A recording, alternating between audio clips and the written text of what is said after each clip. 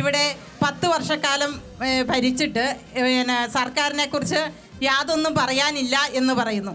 ഈ 10 വർഷക്കാലം വന്ന നികുതിയുടെയും അതുപോലെ നമുക്കൊരു ചെറിയ വീട് വെക്കണമെങ്കിൽ അതിൻ്റെ പെർമിറ്റിൻ്റെയും പൈസ എത്രമാത്രമാണ് കൂട്ടിയത് ഈ 10 വർഷം കൊണ്ടെന്നുള്ളത് ഇവിടെ വ്യക്തമാക്കണം. അതുപോലെ തന്നെ നമ്മുടെ ജീവിക്കുവാനുള്ള ജനങ്ങളുടെ ആവശ്യങ്ങൾ നിറവേറ്റുവാൻ ഇവിടെ സാധിക്കുന്നില്ല. അതുപോലെ ദൈനംദിന സാധനങ്ങൾ, അരിയും സാധനങ്ങളുടെ വിലകൾ എത്രമാത്രം വർദ്ധിച്ചു എന്നുള്ളത് നികുതി വർദ്ധിപ്പിച്ചത് അതൊക്കെയാണ് സാധാരണക്കാരായ സാധാരണക്കാരെ ബാധിക്കുന്ന പ്രധാന പ്രശ്നം. ജീവനും സ്വത്തിനും പോലെ തന്നെ വീട് വെക്കുവാനും അവരുടെ വികസനം ജനങ്ങളുടെ ജീവൻ ഉണ്ടെങ്കിലല്ലേ വികസനം വന്നിട്ട് കാര്യമുള്ളൂ. ജനങ്ങളെ മരണപ്പെട്ടു എത്ര ലഹരിക്ക് അടിമയായി എത്ര ജനങ്ങൾ ഇവിടെ അതുപോലെ തന്നെ കടക്കണിയിലാകപ്പെട്ട എത്ര പേര് ഇവിടെ ആത്മഹത്യ ചെയ്തിട്ടുണ്ട് ഈ 10 വർഷത്തിൽ.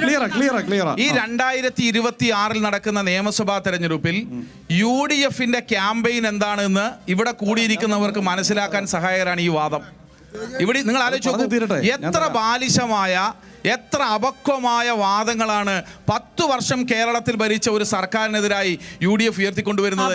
നിങ്ങൾ എത്ര അപക്വമായ വാദങ്ങളാണ്. നിങ്ങൾ നോക്കൂ, നിങ്ങൾ ആലോചിച്ചു നോക്കൂ ഏത് നിത്യോപയോഗ സാധനങ്ങളുടെ വിലക്കയറ്റത്തിന്റെ കാര്യത്തിൽ ഈ രാജ്യത്ത് ഏറ്റവും മാതൃകയായി നിൽക്കുന്നത് കേരളമാണ്. നിങ്ങൾ ആലോചിച്ചു നോക്കൂ. ഞാൻ മറുപടി പറയട്ടെ, നിങ്ങളുടെ ചോദ്യത്തിന് ഞാൻ മറുപടി പറയാം. നിങ്ങളുടെ ചോദ്യത്തിന് മറുപടി പറയട്ടെ. നിങ്ങളുടെ ചോദ്യത്തിന് മറുപടി വേണോ? നിങ്ങളുടെ ചോദ്യത്തിന് മറുപടി വേണോ?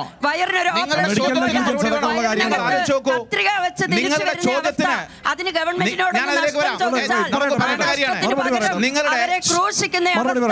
മെഡിക്കൽ കോളേജിന്റെ ICU-വിനകത്ത്